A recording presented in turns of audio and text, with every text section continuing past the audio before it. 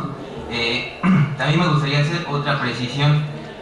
La ponencia que yo había mandado al coloquio, hice una reestructuración y el argumento de otro modo, ¿no? Y también estoy de acuerdo en lo que dice la moderadora, que actualmente existen muchas falacias sobre el tema colombiano y especialmente en un ambiente violento como el que estamos viviendo, ¿no? Generalmente se toca el tema de Colombia o se hace comparaciones México-Colombia de la manera más simplista, de tal modo que se ridiculiza todo tipo de asuntos, ¿no? Y esto se toma porque a Colombia se le significa como un superlativo de la violencia, ¿no? Ahora bien, lo que yo voy a presentar es una lectura, por llamarlo de algún modo global, ¿no? Yo me pregunto por las ventajas comparativas al establecimiento de la industria de las drogas en Colombia, ¿no? Y bueno, voy a dar inicio a la lectura del texto que hoy presento, ¿no? El texto que hoy tengo la oportunidad de presentar forma parte de un proceso de reflexión académica que inicié cuando cursaba el sexto semestre de la carrera de estudios latinoamericanos, cuando empecé a vislumbrar lo que podía yo llegar a ser. En un inicio me pregunté por los aspectos geopolíticos que cubrían el problema de las drogas en América Latina y el mundo. Veía con una mirada afilada en la crítica y en la denuncia las vicisitudes de nuestros pueblos y los garrafales errores de la política antidrogas. Sin embargo, me di cuenta que mi temática iba mucho más allá de la denuncia militante y del pasquín antiimperialista, pues podía explicar todo a partir de un ente multiforme denominado imperialismo norteamericano y podía explicar nada si se me preguntaba por el nudo gordiano, o la quintesencia del fenómeno. Exploré otras vetas interpretativas y me encontré, con horror y estupefacción, la justificación a la mirada punitiva que opera en la política antidrogas. Pude ver la maquinaria y los resortes detrás de la aspersión de cultivos ilícitos y de la política de interdicción de precursores y psicoactivos que operan en nuestras ciudades. Y bueno, menciono esto de pasquín antiimperialista y denuncia militante porque generalmente siempre se hace todo tipo de denuncias, ¿no? Existe una producción de drogas porque se consume drogas en los Estados Unidos, lo cual es cierto, ¿no? Y por parte de la gente que diseña la política antidrogas te contestan, bueno, es que nosotros consumimos porque ustedes están produciendo, ¿no? Y eso es, digamos, un círculo vicioso, y me parece que ese círculo vicioso no puede ser una argumentación académica. Más bien se tiene que sacar los factores esenciales al análisis que van mucho más allá de ello, ¿no? Porque si nos damos cuenta, al final es un argumento político, ¿no? No es un argumento que explica, no es un argumento que analiza. Había pasado el tiempo y no me llamaba la atención las perspectivas anteriormente enunciadas, así que opté por el camino más largo, el análisis sociohistórico del problema de las drogas situado en una realidad nacional, la colombiana, inserta en un mundo, en el de las drogas, donde lo ilícito es la forma y norma sin más. De este modo rechazaba el cacareo que ven todos los problemas de la región al imperialismo norteamericano, como si no hubiera mediaciones nacionales, y por el otro mandaba al carajo el canto de sirenas disfrazados de impolutos argumentos lógicos, pero que en su esencia ocultan escudos, toletes y fungicidas. Mi interpretación de la producción y tráfico de drogas en Colombia se ilvana en una corriente de interpretación política, sociológica e histórica que comprende a los procesos políticos de la nación andina como expresiones particulares de un fenómeno de larga duración que muestra, sin más, un estado precario donde todo tipo de institución tiene que pasar por el tamiz del bipartidismo, donde el Estado no ha ostentado en ninguna etapa de su historia el monopolio legítimo de la violencia y por ende el monopolio jurídico y fiscal en la totalidad del territorio colombiano. Estos tres aspectos, el monopolio jurídico, el monopolio fiscal y el monopolio de la violencia, a mi parecer, y bueno, apoyándome en la tradición sociológica de Max Weber y Norbert Elias, son los que fundan al Estado, ¿no? En un momento lo explicaré. En otras palabras, mi interpretación se pregunta por las ventajas comparativas al establecimiento de la producción y tráfico de psicoactivos ilícitos, creyendo con fe ciega que ni acidez, basicidad y altura de los suelos colombianos son condición sine qua non, sino que la precariedad estatal y una serie de factores que iremos desmenuzando han sido, para decirlo con Francisco Elías Tommy, las ventajas comparativas a la instauración de la industria de las drogas en Colombia. Bueno, los factores de análisis al problema de las drogas en Colombia. En primer lugar, para explicar el problema de las drogas tenemos que tener un posicionamiento claro sobre lo que entendemos por drogas, ¿no? Actualmente hay mucha paja sobre lo que se entiende por drogas, ¿no? Si nosotros vamos a una biblioteca y buscamos drogas, vamos a encontrar un montón de textos, de los cuales van desde textos de seguridad, historia de las drogas, hasta textos preventivos, ¿no? De cómo le hago para que mi hijo no se drogue, ¿no? Y bueno, voy a hacer unas precisiones. Para hablar del problema de las drogas en América Latina y el mundo existen distintos planos de análisis. A simple vista ubicamos tres concepciones básicas que abordan el tema. La primera de ellas es la política, que considera el fenómeno minoritariamente como un problema de salud pública y en mayor medida como un tema de seguridad pública y recientemente de seguridad nacional. Esta lectura se nutre de un marco jurídico que considera distintas sustancias psicoactivas como ilícitas. Su intención es la reducción del consumo de drogas vía la interdicción y erradicación de cultivos declarados ilícitos. Esta concepción nutre el accionar de las autoridades. Aquí hay que recalcar que la interdicción y la erradicación son los dos principales instrumentos de la acción de política antidrogas en América Latina y también en Medio Oriente. Por interdicción se entiende lo que comúnmente la prensa nos llama aseguramientos, y por erradicación, bueno, la quema de marihuana, la tumba de la flor de la amapola, y para el caso colombiano en específico, más bien para el caso andino en específico, que es Perú, Bolivia y Colombia y también parte de Ecuador, es la fumigación de los cultivos de hoja de coca. La segunda es la periodística. Ubica el problema desde un plano netamente coyuntural, a partir de trabajo de campo, investigación periodística, reproducción de informes de autoridades, entrevistas con tomadores de decisiones en materia de política antidrogas y un sinfín de recursos propios del saber periodístico forman una imagen particularmente distorsionada del fenómeno. El gran problema del periodismo es su carácter irreflexivo y alarmista. No se toma la molestia de indagar las raíces del problema. Usan de la manera más abusiva un lenguaje que pasa por ser preciso cuando en realidad no se sabe de lo que se habla. Ejemplo de esto es el término de narcotráfico. En unos momentos les voy a explicar por qué no estoy de acuerdo con el uso del término narcotráfico, el término plaza, el término narcoestado, estado fallido, cártel, ejecución y levantón, y un sinfín de términos más que seguramente no acabaría si los quisiera enunciar, ¿no? Leyendo Proceso, Reforma, El Universal, los comunicados de la DEA, Informe Stratford y demás, tengan seguro que no salimos de casa, ¿no? Y bueno, eso agreguen a Joaquín López Dóriga y todos estos cuates que dicen México tiene miedo, ¿no? Que me parece que súper inflan el tema de la violencia. La última de estas lecturas es el análisis sociohistórico. Desde la academia se ha cultivado un saber particular sobre el problema de las drogas. A nivel ciencias sociales y humanidades se ha retomado lo propio del logos académico en el análisis de las drogas, por supuesto, la ruptura con las prenociones y el sentido común, de las cuales nos habla con presteza Durkheim. Al ser un trabajo reflexivo, la academia se ha preguntado por las causas que subyacen al problema de las drogas, ha puesto en duda las categorías de análisis de las lecturas anteriormente mencionadas y ha abierto una infinidad de temas particulares.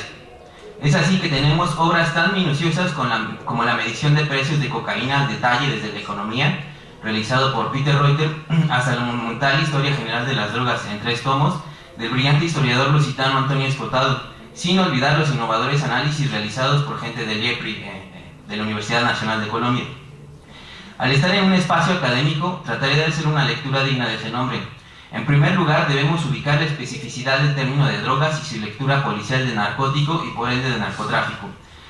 La definición de drogas, según la Organización Mundial de la Salud, es toda sustancia capaz de alterar el funcionamiento total o parcial del sistema nervioso. Bajo ese tenor, droga es la teobromina del cacao que nos pone bien contentos, el alcaloide del café que nos pone bien activos y la nicotina del trabajo. Muchos somos conscientes de esto.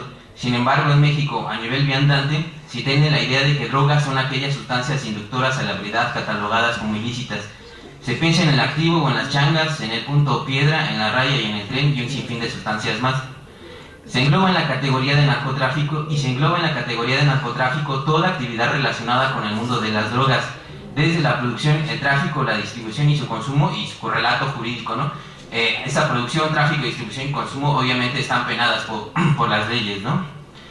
Narcotráfico es una categoría de análisis de corto vuelo, pero es analítica y tan grande como la imaginación de los periodistas ingenuos que conciben desde narcoextravagancia, narcomujeres, narcoviolencia, chiquinarcos y un sinfín de cosas más. Siendo precisos, esta es la explicación por qué no estoy de acuerdo con el término de narcotráfico, ¿no?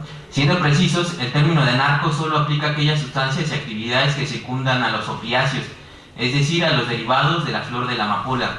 En ese sentido, ni la cocaína, ni el cristal, ni la marihuana, por hablar solo de algunas drogas, entrarían en la categoría de narcotráfico. Solo entrarían la goma o resina de la amapola, el laudano, la morfina, la heroína y todos sus derivados. La reificación del prefijo narco tiene una connotación política que solo se entiende si se conoce la historia de las drogas y de la carrera prohibicionista que la abraza. El uso y abuso del prefijo narco surge en el año de 1909. La actual guerra contra las drogas no inició con Ronald Reagan cuando este cuate hizo la declaratoria de un problema de seguridad nacional en el año de 1986. Tiene una historia mucho más larga y son más de 100 años de una guerra que, bueno, pues no ha tenido mucho sentido. El uso y abuso del prefijo narco surge en el año de 1909, cuando el pujante colonialismo norteamericano pone la mira en Filipinas y en la China de aquel entonces. Se origina, pues, con intención imperialista de controlar los flujos de opiáceos en Extremo Oriente. En ese año se realiza la Conferencia del Opio en Shanghái, China, precedente de antaño de la guerra contra las drogas. A partir de 1999 se usará el término narco para designar una diversidad de drogas. La intención del uso del término radica en que en esa época los narcóticos eran un serio problema en ciudades norteamericanas, aunado al racismo explícito en contra de las minorías nacionales, en específico en San Francisco, donde era más fuerte, y en específico contra los migrantes chinos. Posterior a la fecha aludida, en distintos foros internacionales se definirá las drogas desde su uso político, siendo el año de 1961, con la Convención Única de Estupefacientes de Nueva York, su año clave. En pocas palabras, el término muestra una esencia política y un marcado fetichismo por los narcóticos y su tráfico, siendo que el fenómeno va más allá, tanto en actividades como en sustancias. Aquí cabe hacer una precisión. Yo hablo que la heroína o los opiáceos se hace una asimilación con los migrantes chinos, ¿no? Debemos de tomar en cuenta que las principales actividades de la política antidrogas se han diseñado desde los Estados Unidos y todas han tenido una connotación racista, ¿no? El miedo de las minorías nacionales. Por un lado se hace la asociación entre chinos y opiáceos. Por otro lado, para restringir el consumo de marihuana se hace una homologación entre marihuana y latinos, y para el caso de la cocaína, que tiene toda una historia detrás, es una homologación directa con los negros, ¿no? Bueno, definido el fenómeno de manera escueta por el espacio, o más bien una vez marcada mi posición, me pregunto cuál es el papel de Colombia, otrora tierra de indómitos narcotraficantes, porque actualmente se cree que ya está pacificado Colombia, en la historia de las drogas y en específico en su carrera prohibicionista. Pues bien, para dar causa a esta pregunta necesitaré apoyarme en la tipología de Colombia en el mercado internacional de las drogas desarrollada por el sociólogo colombiano Ricardo Vargas Mesa, especialista en cultivos ilícitos. Según él, Colombia ha transitado por 3 ciclos. El primero va de los 60 a 1978, que es el ciclo de la explotación de las marimbas, auge marimbero o auge de la marihuana. El segundo se extiende de 1978 a mediados de los 90 y tiene como elemento central la importación de pasta base de coca y transformación de cocaína y su posterior exportación al mercado internacional. Y el último es el actual ciclo de producción y transformación de cocaína y heroína. Analicemos de cerca cada uno de estos ciclos. Bueno, la producción de marihuana introdujo de lleno a la nación andina al mercado internacional de las drogas. La producción de marihuana surtía una demanda internacional del producto. La crisis de algodón en la costa caribe incentivó de cierto modo la producción de marihuana en las antiguas tierras de algodón. Y eso lo digo porque tras la crisis del algodón en los años 60, en la costa atlántica de Colombia se empieza a sembrar marihuana en las otras tierras de algodón, ¿no? El ciclo productor generó conocimiento sobre las estructuras de los mercados ilegales. Sobre este periodo corren un sinfín de afirmaciones que no soportan el análisis histórico. Una de ellas que me parece muy importante es de que los norteamericanos, vía los famosos Peace Corps o cuerpos de paz, introdujeron semillas mejoradas de marihuana en Colombia y en otros lugares como las Islas Fiji, que la mera verdad no sé dónde están. Supuestamente a partir de esta introducción de semillas mejoradas se desarrolló la industria de la marihuana en Colombia, pero eso no es cierto. Leí un texto de un economista de la Universidad Nacional de Colombia que se llama Eduardo Sáenz Rothner. El tipo tiene una metodología de investigación muy interesante. Lo que él hizo es de que declaró una de estas famosas leyes de transparencia en los Estados Unidos y se la concedieron y fue a Maryland, a un archivo nacional. En el archivo nacional se consignaban la esencia de la política antidrogas vista desde los ojos de los Estados Unidos, algo así como el Wikileaks de hace muchos años. Y en él encontró que la marihuana se producía en Colombia no desde 1964, sino desde los años 30, y que incluso Alfonso López Pumarejo incentivó la producción de marihuana, porque la marihuana no solamente te pone activo, ¿no?, sino la marihuana tiene distintos usos que puede ir desde la fabricación de papel, la fabricación de prendas, la fabricación de cordeles, ¿no? Entonces, de algún modo, López Pumarejo trajo semillas de marihuana al país para la producción de cordeles y de sacos para la industria colombiana, ¿no? Y bueno, el consumo de la planta se restringió a los sectores marginales de la población, y el ciclo marimbero en su mayor auge fue de 1964 a 1978, teniendo una etapa decadente superada por el tráfico de cocaína entre 1978 y 1982. El otro ciclo es el ciclo importador y exportador de cocaína, que generó ganancias inauditas. Colombia fungió como centro administrativo, importaba pasta de base de coca peruana y boliviana. Para la producción de cocaína se necesitan 1000 pasos, ¿no? Y el primer paso, bueno, es obviamente recolectar la hoja de coca y pasarla por un primer procedimiento, que es la fabricación de la pasta base de coca, ¿no? Que es un proceso más o menos rudimentario. De ahí, una vez que se fabrica la pasta base de coca, es mucho más fácil transportar, y esa pasta base de coca se vuelve a refinar y se necesitan un montón de químicos, ¿no? Permanganato de potasio, acetona, éter, bla, bla, bla, bla, bla, que hacen, bueno, de la cocaína un refinamiento, ¿no? El crack es un residual de la refinación. Entonces, lo que se importaba del Perú y de Bolivia era pasta base de coca, se refinaba en Colombia, se exportaba y se distribuía para los Estados Unidos. Durante todo el ciclo, las organizaciones traficantes de drogas colombianas mostraron su dinamismo, pues supieron adaptarse frente a panoramas adversos. A mi parecer, en este periodo las organizaciones, de esta época es la legendaria figura de Pablo Escobar, que actualmente en el país ha estado muy de moda a partir de series. A mi parecer, en este periodo las organizaciones traficantes de drogas supieron manejar a la perfección la sempiterna ausencia del Estado colombiano, en específico en el sur del país, pues la introducción de pasta base de coca del Perú y de Bolivia se dio vía aérea en los departamentos del sur colombiano. Por otra parte, horadó al sistema político colombiano. Existen evidencias de una fuerte vinculación entre el Partido Liberal y la organización comandada por Pablo Escobar. Incluso el afamado traficante fue congresista suplente por el Partido Liberal a inicios de los años 80.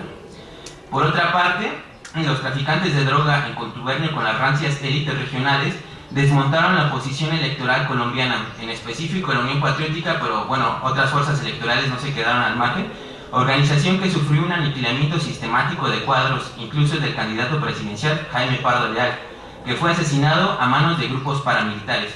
En este panorama, rápidamente el Estado colombiano empezó a ser visualizado, según Francisco Elías Toumi, como creador de botines y su control como la forma de participar de estos. Los reglamentos, las leyes y políticas estatales no son considerados por la mayoría de los colombianos como reglas establecidas en beneficio de la mayoría ciudadana o de la sociedad en general, y por consiguiente violarlos no es necesariamente algo ilegítimo. Y bueno, digo que no solamente a la Unión Patriótica le tocó el exterminio de sus cuadros.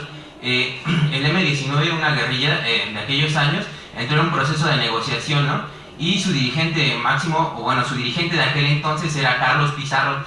A Carlos Pizarro lo asesinaron los grupos paramilitares. Incluso Carlos Castaño, que ha sido como la figura emblemática del paramilitarismo en los años, al final de los años 90 y principios de la década pasada, en sus memorias consigna que, bueno, él se atribuye el asesinato, ¿no? Por otro lado, también fue asesinado el candidato de una ala, supongamos de izquierda, del Partido Liberal, creo que me parece que se llama Luis Carlos Galán, ¿no? Y bueno, esto trajo un montón de consecuencias, en específico el asesinato de Galán. Y bueno, el último ciclo, el ciclo productor de cocaína y heroína es una adaptación frente a un panorama adverso. Con la producción a gran escala de hoja de coca a nivel local, se desplazan los antiguos productores, Bolivia y el Perú. Los cultivos de hoja de coca y amapola inyectaron de recursos económicos a las guerrillas y a los paramilitares, a la vez que su dominio inauguró el control territorial bajo una nueva modalidad y cambiaron la modalidad de la guerra en los años 90, ¿no?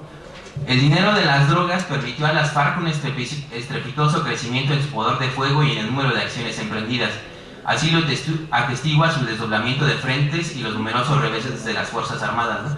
En ese sentido, bueno, las FARC, según una tipología clásica de las organizaciones guerrilleras, pasan de una guerra de guerrillas a una guerra de posiciones, ¿no? Los tipos son capaces de movilizar contingentes de 100 hombres e hicieron, bueno, importantes reveses a las fuerzas militares. Incluso está documentada la toma de una capital departamental aquí en México, sería como la capital de un estado en el oriente colombiano, que es la capital del departamento de Baupes, que es Mitu, ¿no? Los grupos paramilitares también se financiaron en el dinero de las drogas y formaron un nuevo modelo de seguridad. La disputa entre guerrillas y paramilitares es por el control territorial. Para este ciclo, la política antidrogas es del todo insuficiente, toda vez que ni siquiera existe un patrón eficiente de medición de resultados, y en contravía se genera una política antidrogas que confunde drogas con guerrillas, ¿no? Y bueno, parte de mi argumentación de mi tesis de licenciatura fue esto, ¿no? Mostrar cómo el Plan Colombia tiene un empalme con una política contrainsurgente en el sur de Colombia, en específico en el departamento del Putumayo. En este panorama, las guerrillas entran a ser verdaderos agentes en la regulación de las relaciones sociales y sobre todo en la solución de conflictos en las comunidades y entre las comunidades. La importancia de las guerrillas en la administración de la justicia es de tal importancia que los propios funcionarios judiciales de varias zonas del país reconocen en los tribunales guerrilleros a sus competidores, ¿no? Este último es una cita de un investigador que se llama Mario Aguilera Piña, y él hace un análisis a partir de etnografía de cómo las guerrillas en sus zonas controladas imponen un ordenamiento jurídico que es una facultad específica del Estado, es una facultad esencial del Estado, ¿no? Y imponen este ordenamiento jurídico porque, bueno, los campesinos, para resolver sus problemas, pues no tienen dinero para ir a pagar al señor abogado y el señor abogado venga y me manda un perito, bla, bla, bla, ¿no? Sino, bueno, ellos van con los grupos guerrilleros, y él le llama la famosa práctica de la Fiscalía 45, la ley de los muchachos. Ahora bien, de esta tipología me interesa mostrar un aspecto específico, la debilidad del Estado colombiano. En ese sentido, su expresión más fuerte son los cultivos ilícitos, pues ellos muestran, sin lugar a dudas, dos problemas básicos de la formación social colombiana: el problema de la tierra y el problema del monopolio ilegítimo de la violencia. Los cultivos ilícitos se han desarrollado en zonas de frontera agraria y en zonas de reciente colonización. El fenómeno de los colonos es producto de la ausencia de una reforma agraria en la nación andina. Ha habido intentos de reforma agraria, pero en términos reales, o al menos como se conoce aquí en México el término de reforma agraria, no ha habido reforma agraria. El fenómeno de los colonos es producto de una ausencia de una reforma agraria en la nación andina y el desplazamiento forzado de campesinos generado por la incesante violencia que azota el país desde mediados del siglo anterior. El problema de la tierra es central en la comprensión del conflicto armado colombiano, y no solo del conflicto armado colombiano, sino en la historia de la nación andina. Según Catherine Legrand, siguiendo a Barrington Moore, la nación colombiana se ha ido desarrollando en base a la contradicción entre el hacha y el papel timbrado.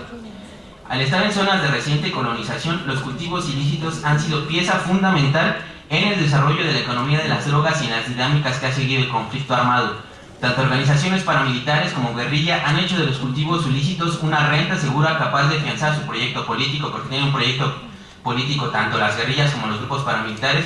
El de las guerrillas, bueno, cada vez más desdibujado, y los grupos paramilitares representan, sin lugar a dudas, el proyecto político de las élites regionales. Afianzar su proyecto político y militar en extensas zonas del territorio colombiano. En estas regiones, los actores armados han sustituido al Estado en sus tres funciones básicas, como yo les había comentado: el monopolio legítimo de la violencia, el monopolio jurídico y el monopolio fiscal.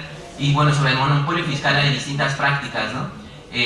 Nosotros, o sea, trabajamos y el gobierno nos descuenta vía nóminas, ¿no? Ahí en Colombia, en el caso dado de los cultivos ilícitos, bueno, tú, productor de hoja de coca, produces, pero bueno, yo, agente externo llamado paramilitar o llamado guerrilla o llamado bandas criminales emergentes, pues me tienes que mochar, ¿no? Tienes que pasar, ¿no? Entonces, bueno, lo que hacen es una fiscalización directa, están haciendo una recaudación directa, y es algo que en México empieza a pasar, ¿no? Y eso, digamos, desde la sociología se puede analizar como un comportamiento mafioso. En el sostenimiento de esta situación se han mezclado los recursos legales e ilegales. Basta recordar el ejercicio electoral de los grupos paramilitares colombianos a favor del partido de la U, fuerza política del exmandatario colombiano Álvaro Uribe Vélez, ¿no? Bueno, este hecho de que los paramilitares le hagan el trabajo sucio a los políticos está documentado, y bueno, ya ha habido congresistas presos, ¿no? Uno de los máximos dirigentes paramilitares es Salvatore Mancuso, o le dicen Triple Cero. Este cuate fue un comandante paramilitar, ahorita está extraditado Mancuso, y bueno, él hizo unas declaraciones muy fuertes sobre el accionar electoral de los grupos paramilitares. Lo que hacen estos cuates es de que, bueno, tu comunidad que estás bajo mi dominio tienes que votar por el candidato del partido de la U, y si no, pues ¿qué crees? Pues te mato, ¿no? Y logré obtener una declaración de él, obviamente en periódico, ¿no? Según Mancuso, ex comandante paramilitar y miembro del Estado Mayor paramilitar, declaró que las Autodefensas Unidas de Colombia hicieron trabajo electoral para el partido de la U. Según él, Podemos afirmar en tal sentido y con los datos en la mano que la meta original del 35% ha sido largamente superada y constituye un hito en la historia de las AUC. Traduciendo esta afirmación, los paramilitares colombianos tuvieron cerca de 90 congresistas producto del llamado clientelismo armado. Y bueno, este proceso se le conoce sociológicamente como clientelismo armado, pero bueno, a nivel prensa se le conoció como la parapolítica. Y hay algunos congresistas en la cárcel, incluso es el sobrino primo de Uribe, ¿no? ¿Es primo? El primo de Álvaro Uribe está preso por este tipo de delitos, ¿no? Y bueno, rápidamente el problema de las drogas transformó de lleno al conflicto armado colombiano, insertándole una racionalidad distinta a la de la lucha política. En palabras de Gustavo Duncan, la racionalidad económica del narcotráfico evolucionó y se insertó como un apéndice en la relación que determina la configuración del Estado regional en Colombia en el contexto de conflicto interno. Las expectativas de ingreso del negocio comienzan a ser parte de un juego de poder de actores colectivos más organizados y complejos, donde el éxito no se reduce a colocar mercancías ilícitas en mercados internacionales, sino que se expande hacia la conversión de ganancias de la droga en ejércitos y aparatos políticos para controlar poblaciones y territorios extensos. Y bueno, es aquí donde surge la famosa tipología de los warlords o señores de la guerra para el análisis del conflicto armado colombiano. A manera de síntesis, el problema de las drogas en Colombia se encuentra inserto en un mercado ilícito global marcado por una división social del trabajo. En este sentido, la nación andina ha sabido ocupar distintos lugares en función a las demandas de psicoactivos a nivel mundial, la capacidad de adaptación a panoramas adversos de las organizaciones traficantes de drogas y a las dinámicas de guerra. Por otra parte, la producción y tráfico de drogas ha mostrado los problemas estructurales de la nación andina y otros colaterales, como es el problema de la tierra, el monopolio legítimo de la violencia, la inoperatividad de una política antidrogas mal diseñada y los horrores de la guerra. Gracias.